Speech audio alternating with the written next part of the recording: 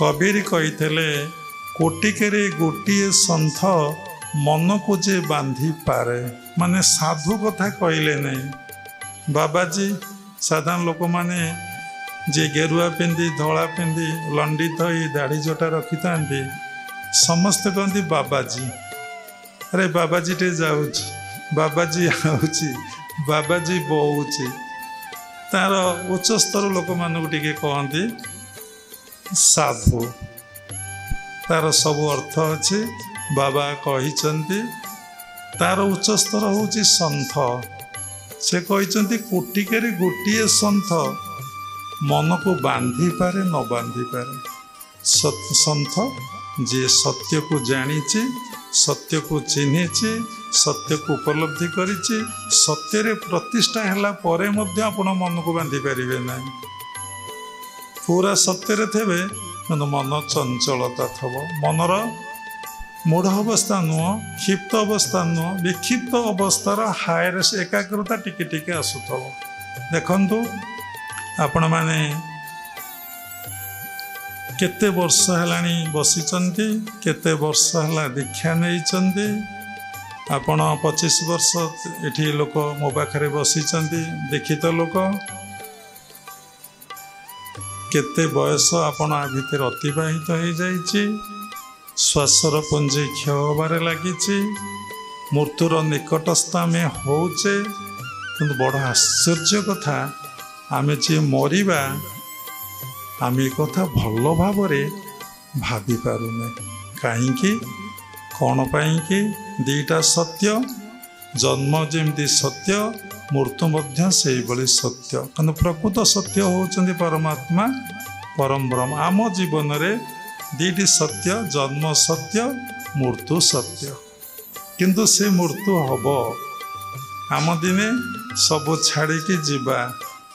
आउ आमे किमिति जीवा को स्टेज रे जीवा कोठी जीवा से कथा एकमात्र परमात्मा परम ब्रह्म ही जानत जन्म मरण बरसा कही न पारे पुरुषा जन्म मरण बरसा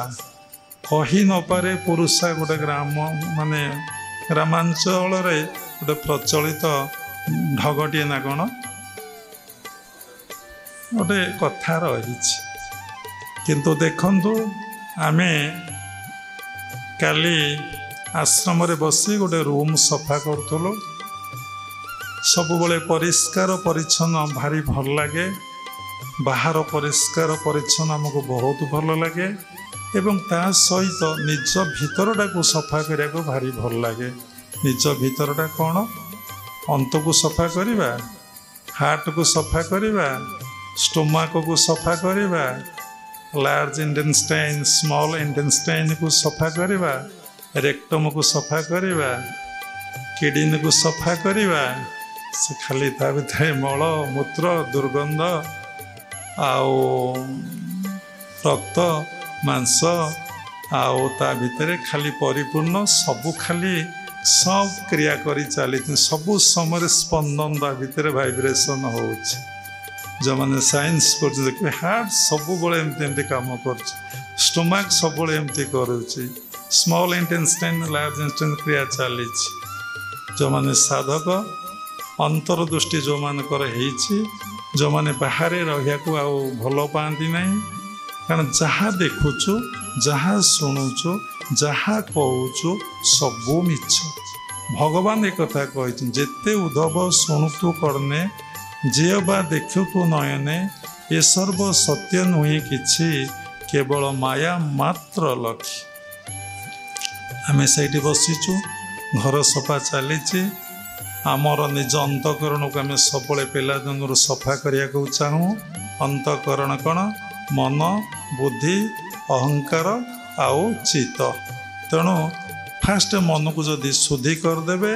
बुद्धि शुद्धि हो अहंकार शुद्धि हो चित्त ही शुद्धि हो जेपर्यंत आपणकर चित्त शुद्धि है नहीं अर्थात आपणक मन भितरे राग आ देश न जाइछ राग बोले कई लोक बुझीपारती राग बोले रागिबा समस्ते कथाटा को भावते काली आश्रम सत्संग होता लोक मान दूर आसी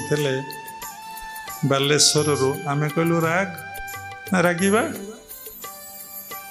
ना ना ये पाठ गोटे अलग पाठ